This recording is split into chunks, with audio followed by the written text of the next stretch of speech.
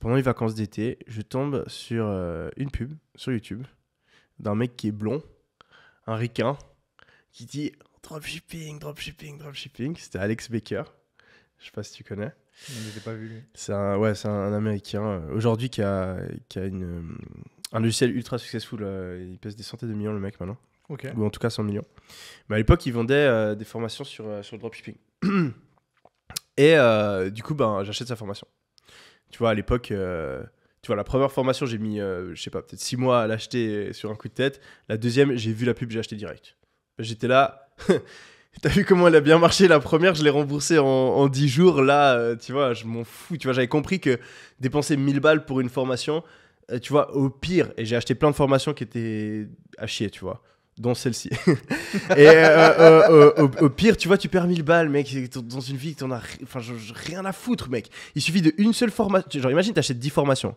Tu vois, c'est 10 000 balles, c'est beaucoup. Mais mec, gagner 10 000 balles grâce à ton propre business ou grâce à un skill que tu as appris dans une formation, franchement, c'est pas si compliqué, tu vois.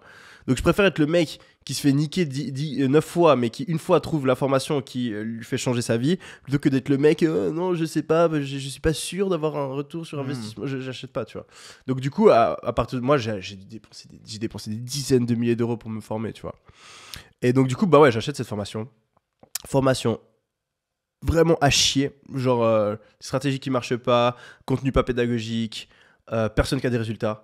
Tu vois, autant la formation de Ty Lopez, elle était pas ouf, tu vois, mais dans le groupe Facebook, tous les jours, t'avais des mecs genre, ah, j'ai signé mon premier client, ah, j'ai signé. Là-dedans, dans cette formation, j'arrive, il y a genre 3 gars qui font leur première vente, tu vois, et c'est tout, tu vois.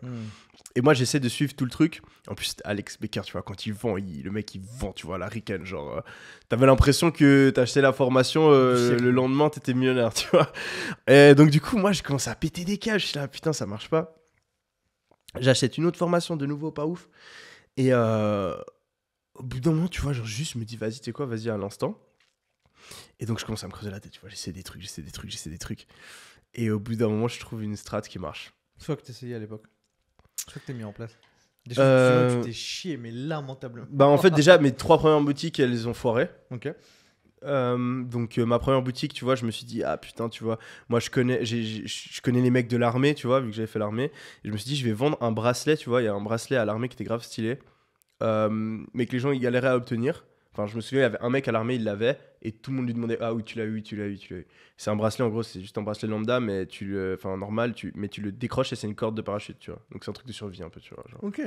Et du coup, ben, je trouve ce produit et je fais ma boutique et je le vends.